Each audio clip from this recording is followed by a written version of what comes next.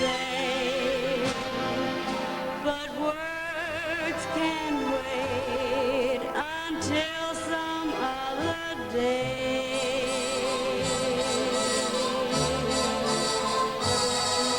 Kiss me once, then kiss me twice, then kiss me once again. It's been a... Behind me here, we're looking at the Boeing B29. Now, the B29 was a long-range bomber that was built specifically for the deliverance of ordnances during the Second World War, mostly in the Asian theater and up and down the Mariana Islands. The B29 we're looking at right here is the only one left flying in the world. Although there were about 4,000 of them originally built, this is the only remaining B29 flying. So if anybody wants to get a look at it, now would be the time and the place. Right here at the Great Falls Airport. Absolutely. It's a real pleasure to be back here in Great Falls. I've been here numerous times, and from Glasgow, Montana, it's my privilege to be back representing the Confederate Air Force in Great Falls. Okay, let's talk a little bit about the Confederate Air Force. Is it maintaining this craft? Yes, the Confederate Air Force is a group of people who all volunteers, thousands and thousands of volunteers, put their time, their effort, their energy, and their monies behind what they like to do in respect of the people that offered the great sacrifice during the war. These are kept in flying condition as a flying museum. The Confederate Air Force is a whole group of people that have that as an interest. So everybody that you see in a gray uniform around here is a volunteer. Nobody gets paid, so everything that is done is all volunteer, and we're very proud to represent the servicemen of the past. Okay, this is the nose wheel of the B-29, and unlike any of the modern aircraft, the nose wheel does not have any power steering, and so we steer the aircraft basically by swiveling the nose wheel. It's differential braking with those real old style brakes and differential power, either 1 or 4 engine normally is the best way of directing the airplane, keeping it down a taxiway and on the runway. It is very difficult to taxi, more so than probably anything I've ever sat in for many, many years. And then here, I mean, this would be real unusual to people that are not used to airfare warcraft. Like, yes, I mean, what are we looking at here? Okay, right up here we have a nose bowl all the way around. Now, this nose bowl was designed where the bombardier would set. During to and from a target area, the bombardier would set here, and he would actually operate the guns for defensive power via computer. And he would set up here because he had a very good view. Now, you just said computer for 1943. I did say a computer, the very first computer. No, that maybe that absolutely. Came from somewhere. This being a very technologically advanced airplane for the time, it had many, many systems that had never been tried on aircraft before. For instance, pressurization never been tried. Flight engineer's panel had never been tried. Computer-operated gun turrets, more than one gun capability of firing at one time had never been tried. The turbocharged engines had never been tried. Numerous things like this is a very technologically advanced aircraft. And then the access to the plane, is this part of it as well? Yes, access to and from the forward area is right here. You go up the ladder and you're setting right in the middle of the cockpit area. The flight engineer's panel sets off on the right-hand side, which was also an innovation. There had never been an airplane with a flight engineer on it prior to the development of the B-29. Then forward we have on the left-hand side, as always, and tradition dictates, is the commander, and on the right-hand seat we have a co-pilot, and that's where I sit most of the time. All right, let's walk back here to the Bombay area.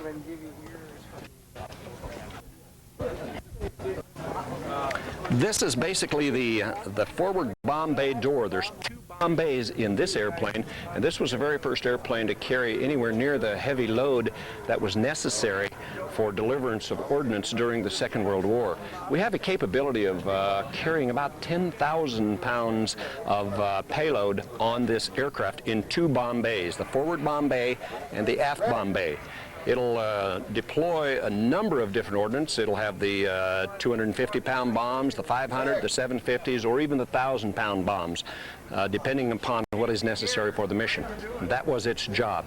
And the neat thing about the B-29, because of its late development and really getting into the war in 1943 and 44, it was able to take off from some of the faraway points, such as the Mariana Islands and quite a ways from Japan and Saipan, and able to reach the homeland of Japan So and turn around and come back. The range of the craft was a key factor. Very much so. This was designed specifically for that long-range operation, and it did the job very well.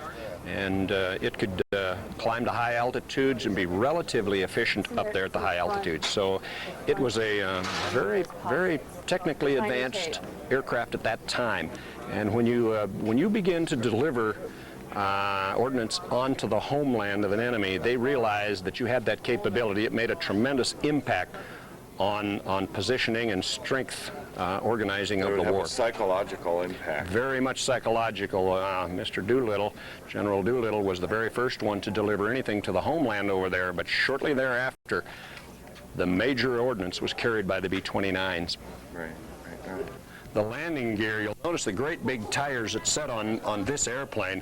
This was, it grossed out about 37,000 pounds, which was the heaviest airplane ever to fly. And so you'll see the great big tires that set here, and they're not the largest tires ever put on a bomber, but they were certainly large enough to carry the loads that we were carrying at the time.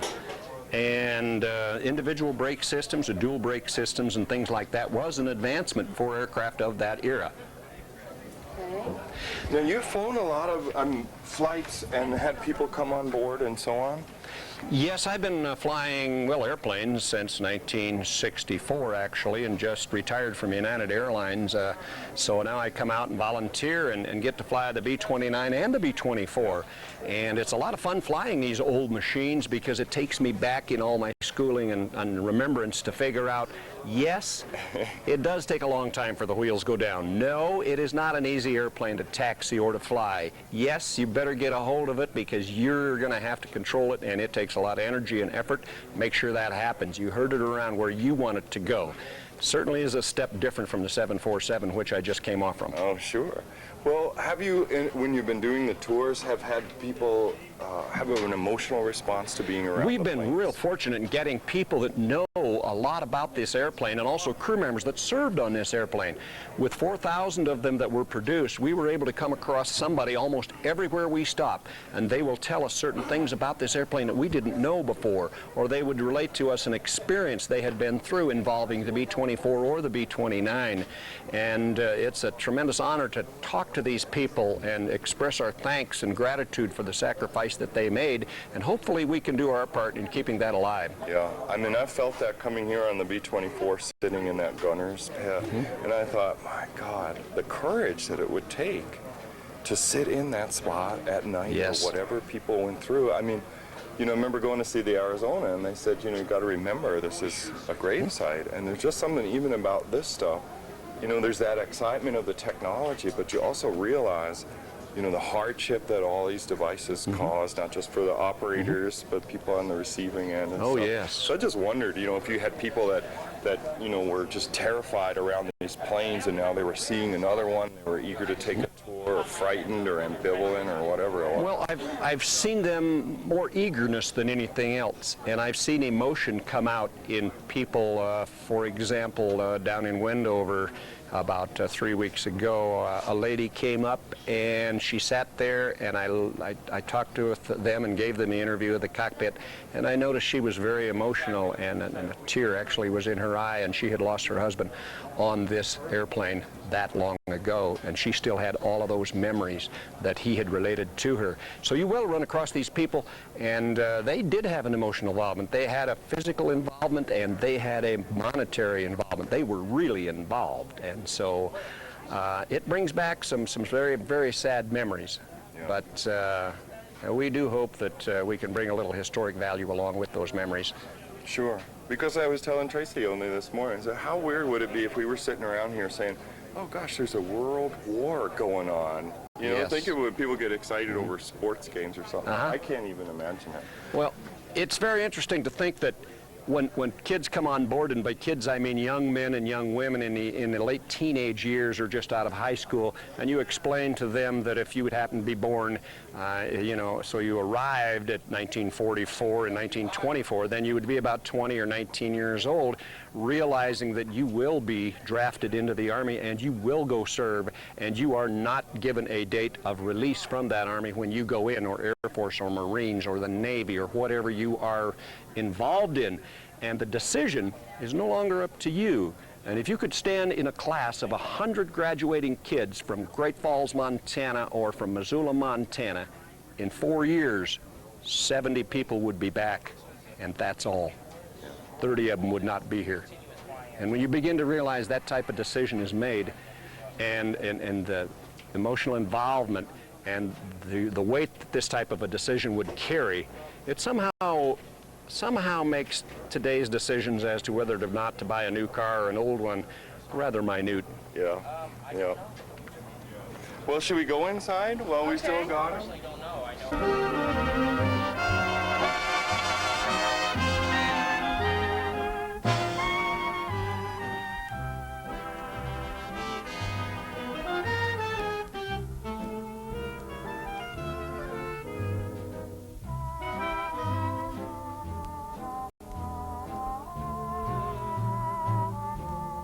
Well, we give you kind of a run through from the cockpit point of view, and we'll go around the cockpit and we'll show you basically what was original and what we've added, and although we've tried to keep it as close to original as possible. For instance, right in front of you over on the co-pilot side there, you may see some instruments that most pilots are familiar with, and that is the addition of the newer instruments. This is a new instrument, is not original, nor is this one, nor this one. Other than that, most of those are original instruments used for flight by the B29.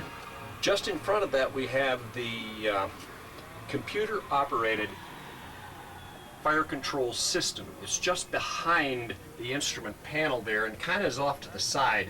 Actually, it's on a hinge and you can swing it back and forth. The reason is that when you swing that fire control unit over into the center, the bombardier can utilize that to and from missions, because you certainly will never always be on a bomb run. It could be 12, 13, 14-hour flights, so it's 5, 6, 7, 8, or 9 hours even over to the destination. And so they made that a swing away.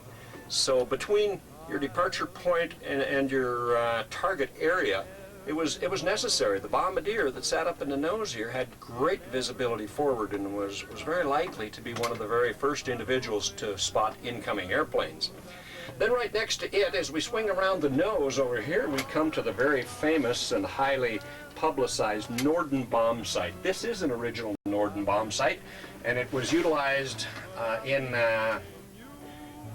shortly after its development. It came about in the very early 40s, and it was a highly secretive instrument, and if we ever lost an airplane or something happened where we'd lost a fuselage or something, a very high priority was to destroy this Norden bomb site so that it did not fall into the hands of the enemy and those that could improve their bombing characteristics as much as we improved ours with the development and usage of that bomb site. So very important instrument setting right up in the nose of the B-29. We can carry a grand total of 10,000 pounds of bombs, or whatever you can put into the bomb bays, the forward bomb bay and the aft bomb bay. A very typical load here would be 250-pound bombs and maybe some 750s, and we could carry up to the 1,000-pound bombs and release them over the target area. It all depended upon the mission and what the mission required as to what bomb loads you really did carry. There was a B-29, as we're all familiar with. There was two of them, actually. The Enola Gay, it just happened to be called the Enola Gay. And then there was the other one called Boxcar, and both of them were capable of carrying an A-bomb, and they both did carry A-bombs. They went to a special training and training site over in Wendover, Utah. Stayed there for quite a while. Those airplanes were stripped down quite a little because of the bomb load. That particular bomb weighed very close to the 10,000 pounds, and so it came up near the max load capability of the airplane.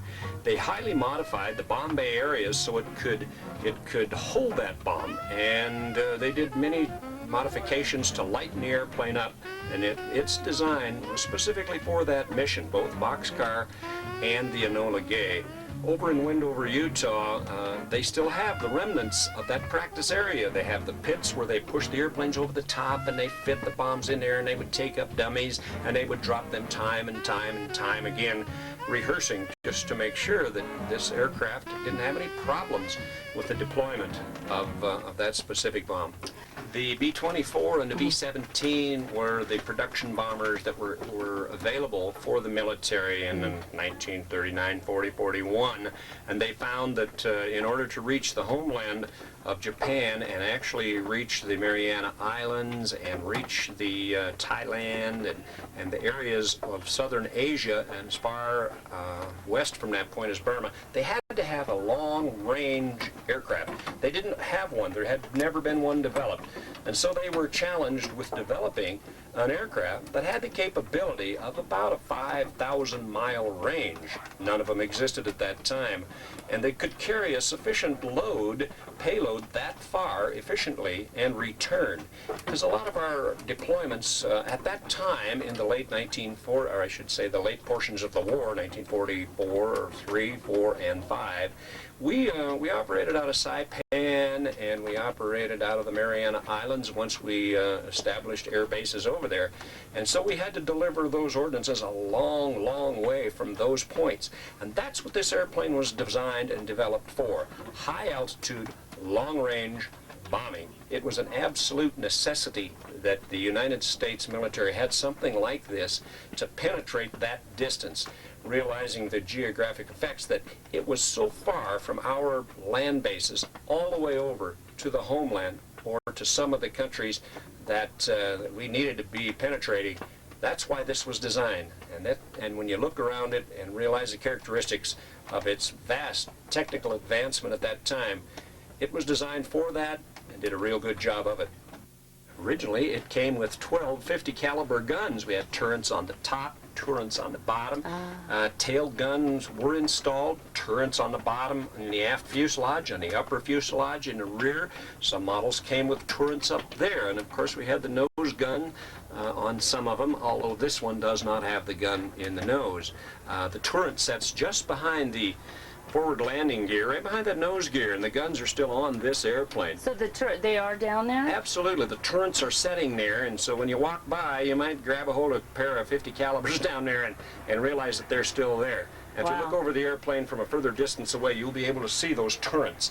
The upper turret on the forward has been removed on this specific airplane, but as we look from the cockpit aft here, just before that tunnel, there was a large machine gun sat up on top, a twin... That one up there, yes, that kind of hole, It okay. was a twin 50 caliber sat up there, and also in the turret directly below that I previously mentioned, down there is that turret operating those two twin 50 calibers down there also.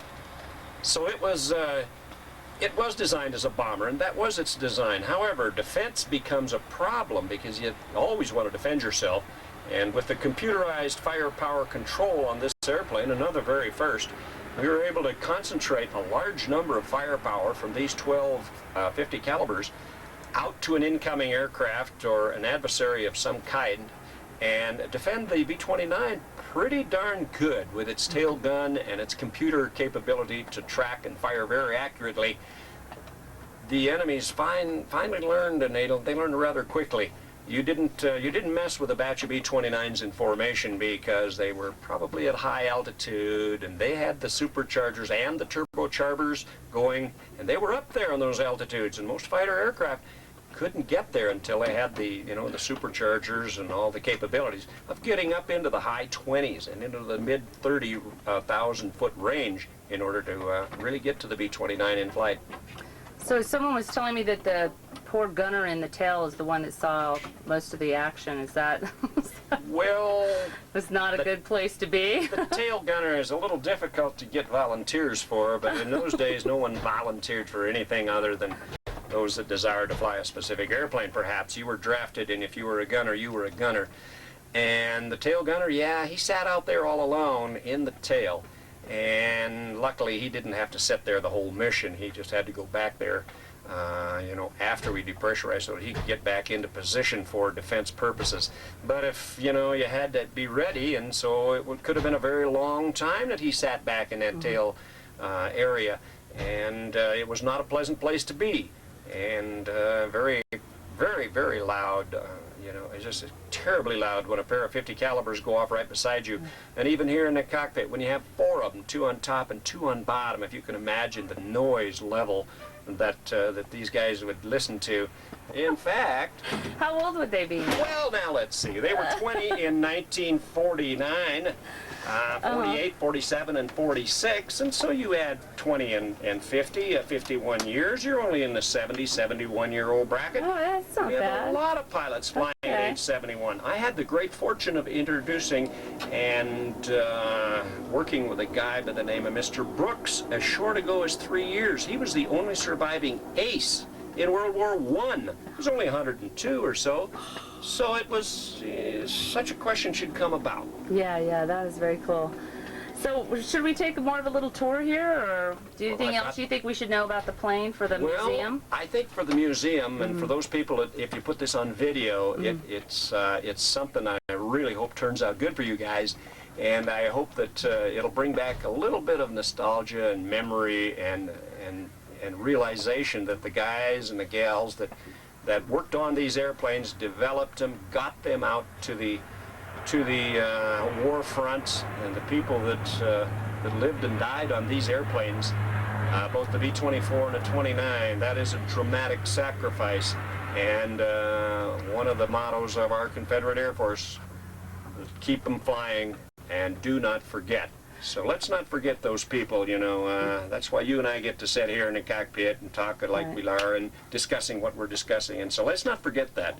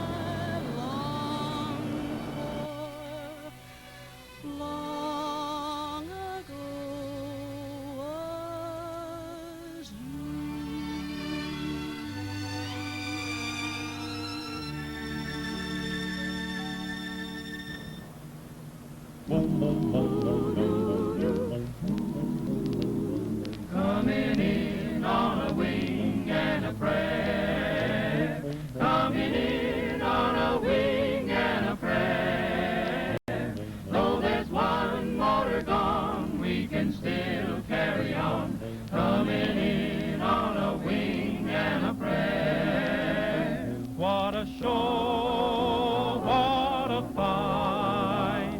Yes, we really hit our target for tonight. How we sing as we limp through the air. Oh, look below, there's our field over there. With our full crew aboard and our trust in the Lord, we're coming in on a wing and a prayer.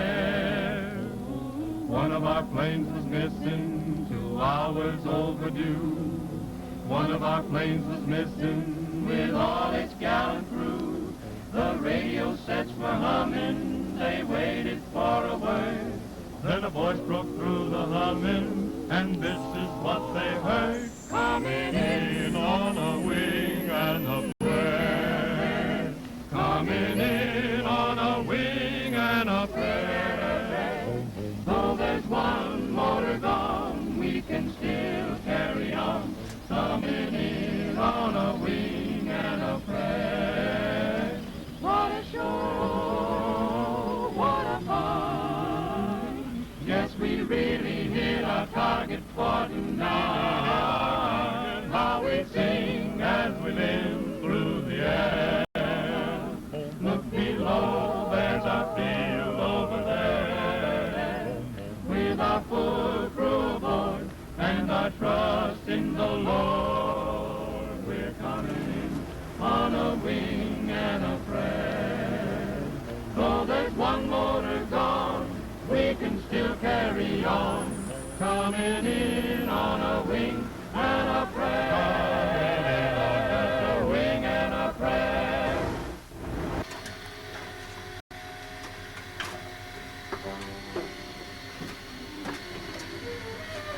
Okay, we ready to rest up here, right?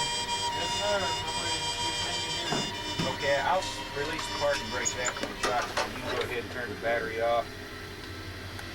Okay, battery coming off now. No, the hydraulic power switch. It's off. Landing gear switch. Chocks are in on the right-hand side. Radio battery switch. It is going off now. Another successful flight. All right. That was such an easy landing. I thought it would be a little bumpier. No, how could she say?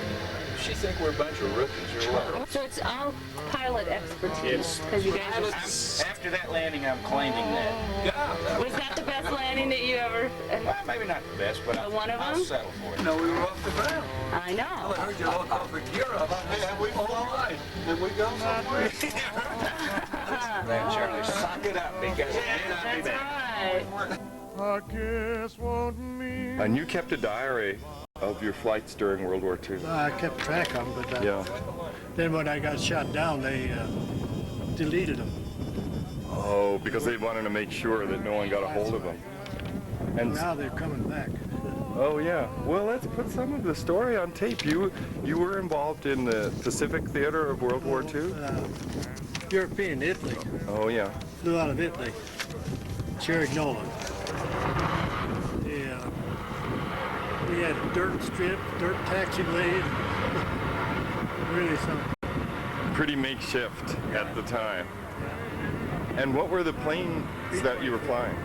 Just like the one that's behind us here. I rode in the gunnery cockpit. Boy, that was quite a view from Missoula to over here. Yeah, I fired all the guns. We got a training mission. I went back and fired all the guns for fun. Well, how many? What do you think of this plane, the B29? I mean, how did you get along with it? Real strong and tough.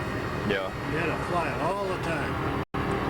You couldn't sit back and not fly it. We flew formation all the time, flying a wing. Yeah. Usually you had to overlap about that much to keep it in line.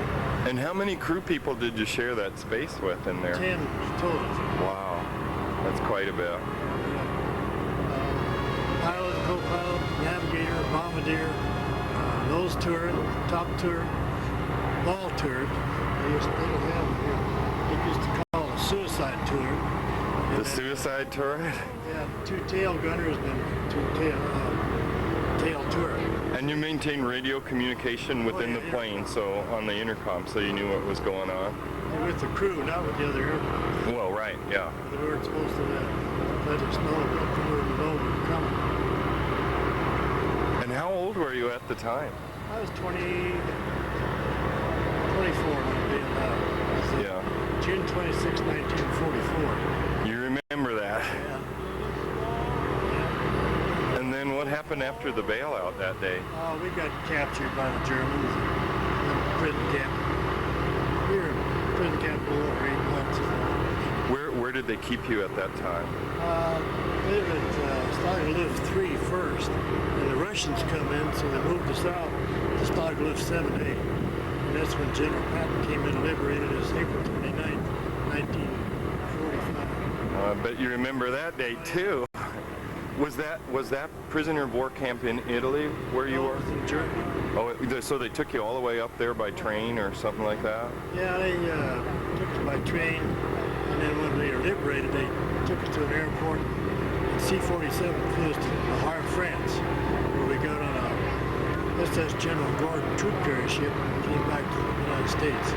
We got 16 miles out of New York. They turned south to Trinidad, where they had troop carriers on board. They didn't want to lose them. And they stayed in the harbor 3 days. We couldn't get off the ship. We had to stay there. Oh my gosh, you must have been itching by that time. Then we went back to New York, got on a train, went all the way on a troop train to Los Angeles, where I lived. Oh yeah, and when were you able to communicate with your family and all that? Oh, I don't remember exactly when, but I think it was the hard friends. So pretty much for your folks back home, you were missing in action for 9 months. 6 months. My dad 6 got months. a telegram saying I was shot down. Yeah. 6 months later, he got a telegram saying I was a prisoner of war. So he must have gone through quite a bit in that time, I'll bet. And what brings you out here today? We're in Great Falls. Oh, just to see the airplane. Yeah, yeah. It brings back those memories? Oh, yeah. Yeah, it does. Do you keep up with any of the fellas that you served with on the plane? I did, my crew, some of my crew, but I've lost track of most of them now. Yeah. One of the crew members died, I know, and I don't know about the others. One of them is from New York, and they're all over. Yeah. One's in Texas. Yeah, I'm not sure where the others are. So you met a lot of people all over the country when you did service. Yeah, I married a gal in Montana after I got out of prison of war camp. I went to Spokane Warsman. She was civil service there. Oh, yeah. I married her. And we were in the service about 16 years afterwards, and then when we retired, when I came here. Oh, to Great Falls. Yeah. Oh, so you've got a lot of roots here now. Oh, yeah. Yeah. I'm here since 61. Oh, yeah. November 61. And never too far away from the planes. The Malmstrom Air Force Base is right here. And Well, Malmstrom doesn't have any more. I heard that. Helicopters. Yeah, they're just guarding the missiles now. So on a sad note, how much longer do you think Fifi is going to be flying? I mean, what do you see in the future for old planes like this being able to keep doing what you guys are doing? They're weeding themselves out of history one at a time now, and when they're gone, they'll really be gone. As far as Fifi is concerned, there's a lot of those engines around because they were utilized on a lot of different airplanes. There's a lot of propellers around. We've got extra landing gear and some parts stashed in our headquarters and all kinds of museums. We swap every time we get a chance. That's something we can use and they can't use. We've got an engine that only has a few hours on it, and we know where that is. So when one of ours wears out or cannot be repaired, we're going to take it back to that museum. We're going to give them the old engine, and they're going to give us a real good one. But as far as a pedestal airplane is concerned, they don't care if it's an actual running engine, and it does the job that they want, and that's putting it on display. So we're scrounging all over the country all the time trying to find parts for Fifi and any other B29s we can find parts from. But Fifi, it's in darn good shape. We hope to keep it there. It goes through major maintenance almost every year, and all those thousands of volunteers, we sure appreciate them and their hard work. And You're not funded at all federally or through taxes? no, we are not. The United States government doesn't fund anything. No, the United States government does not fund us in any way, shape, or form. Well, the Confederate Air Force, I'm proud to say, is a group of volunteers that volunteer their time, their effort, and their resources for one main purpose, and that is to bring forth the nostalgia, the memory, and the attitude that Americans should have toward the servicemen that sacrificed many, many lives many, many times. And it would be great if we could get the support of anybody that would come out who has an interest in aviation, whether it's large bombers or smaller fighter aircraft or anything in the World War II era. And we derive our entire funding from that source. The source of sponsors when we are on tour, sponsors when we are repairing the airplane, sponsors when we're moving them from point A to point B. Associate membership can be gained simply by calling the Confederate Air Force in Midland, Texas, or picking up the Confederate Air Force on your internet. We can move from the associate member to a full-time member, and of course they will call you a colonel, welcome you aboard, and look forward to your participation as a volunteer, as thousands and thousands of people are doing, trying to keep these airplanes flying. We look forward to inviting anybody that we could actually ask and invite. Be a part of the Confederate Air Force and be proud of the people that served and our role in keeping that memory alive.